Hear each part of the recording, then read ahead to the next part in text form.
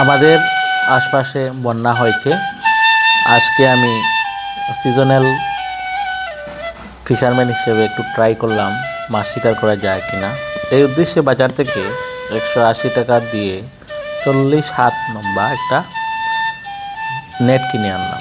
সঙ্গে আরও ছোট ছোট পাথর কিনে আনলাম 30 টাকা। এগুলো নিয়ে এসে বসে পাথরগুলো লাগালাম। অনেকক্ষণ সময় লাগলো। তো বুঝলাম যে এগুলো লাগানো তো এত সহজ নয়। যাই হোক, লাগানো শুরু করার পর প্রায় আধা ঘন্টা অবধি সেগুলো লাগালাম নেটের নিচ দিকে। এগুলো লাগানোর উদ্দেশ্য হলো যাতে নেট জলে বসানোর পর জলের তুড়ে নেট বেশি না যায়, সেজন্য একটু ওয়েট দেওয়ার জন্য নিচের দিকে এগুলো লাগানো হয়। আসলে এগুলো লাগানো কিভাবে লাগাতে হয় আমার জানা ছিল না। আমি যার কাছ থেকে নিলাম তাকে জিজ্ঞেস করলাম যে ভাই কীভাবে লাগাবো। সে বললো এইভাবে সুতা দিয়ে নিচে ঝুলিয়ে দিতে। তো এইভাবে আমি ঝুলাতে থাকলাম। ঝুলাতে প্রায় বেলা হয়ে আসলো এবং এই 40 হাত লম্বা নেটের নিচের দিকে এগুলো লাগানো এত সহজ নয়। জীবনে প্রথমবারের মতো এগুলো শুরু করলাম, দেখি কি হয়।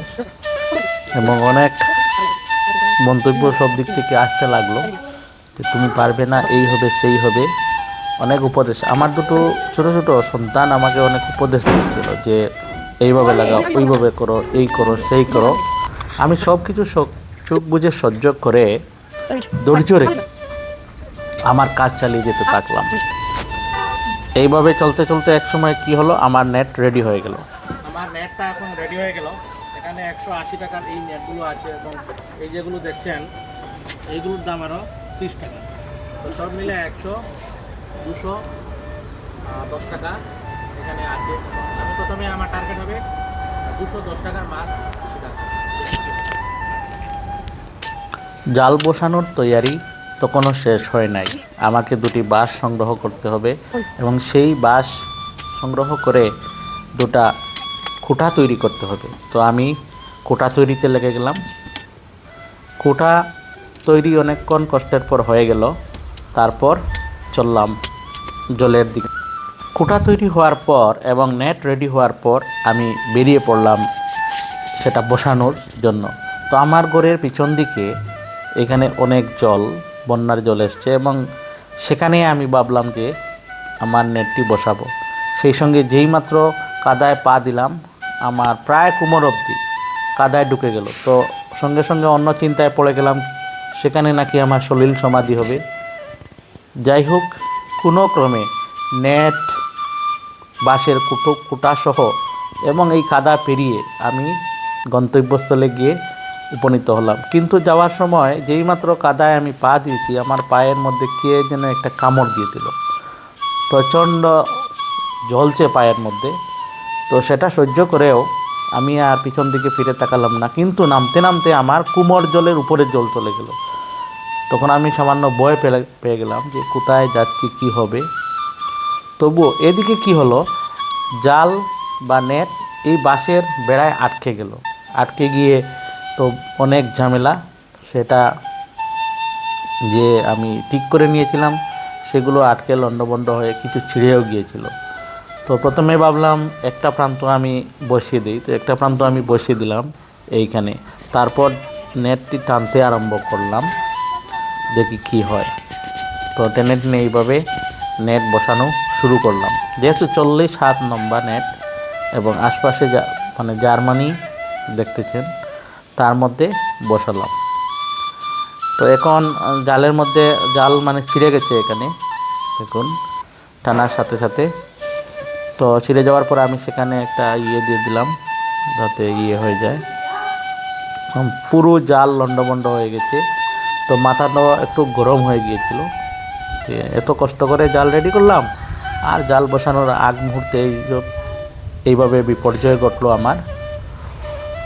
তো যাই হোক, অনেক কষ্ট করে কিছুটা জাল ঠিক করতে সক্ষম হলাম এবং এই বাঁশের কঞ্চি দিয়ে আবার এই জায়গায় জালটি পুঁতে দিলাম।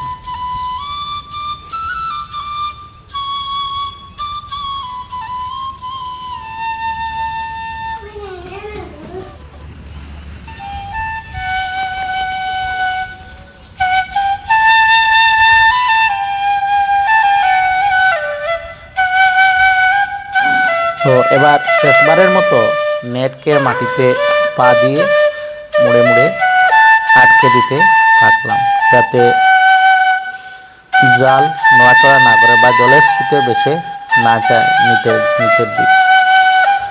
ভাবলাম আজকে অনেক মাছ পাবো, এত কষ্ট যখন হচ্ছে তো ভালোই মাছ শিকার হবে। অনেক দিন পর জলে নামলাম মাছ শিকারের উদ্দেশ্যে। নেমে যে অভিজ্ঞতা হলো সেটা মোটেই সুখকর ছিল না।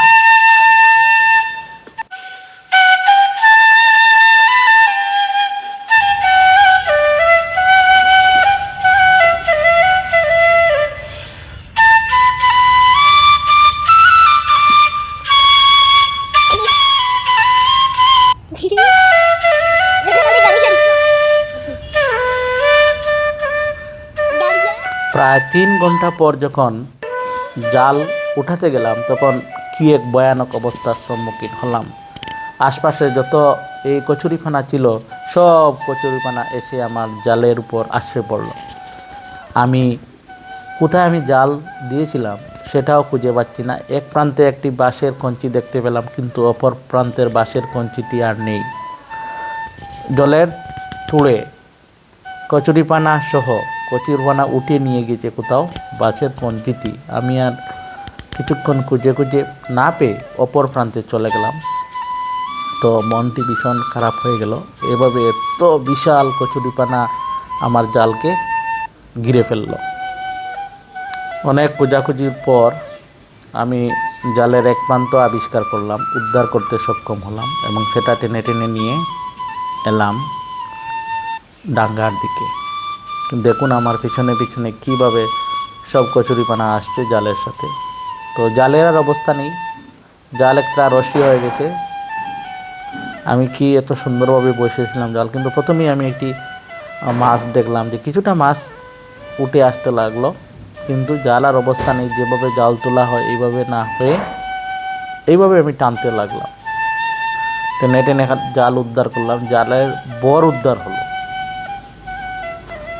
কিন্তু এই নেটের আর অস্তিত্ব থাকলো না, সব ছিঁড়ে গিয়েছে আর কচুরিপানার আবর্জনা সব ঘিরে ধরেছে। তো অনেকক্ষণ এইভাবে জাল তোলার কাজ চলল।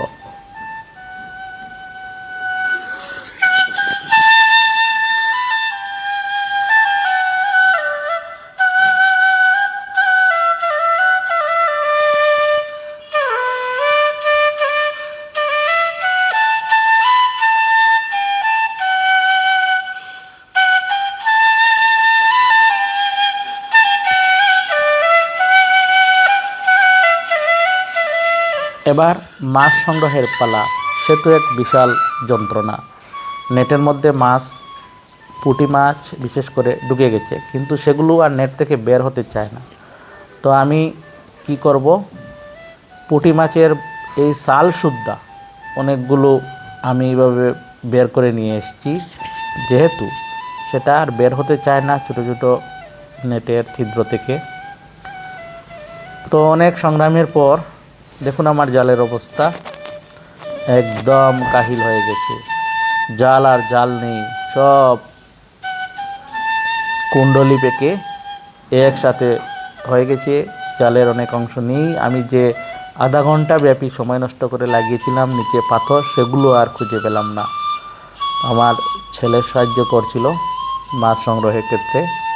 কিছুটা মাছ পেয়েছি বটে, শিঙ্গও আমি একটি পেয়েছি, একটি কই ঢুকেছে এবং কতগুলা পুঁটি মাছ পেলাম। তো এইভাবে জীবনের প্রথম অভিজ্ঞতা হলো যে ফাঁস জাল দিয়ে কীভাবে মাছ ধরতে হয়। তো সেটা মোটেই সুখকর ছিল না, আনন্দের চেয়ে আমার নিরাশা ছিল বেশি।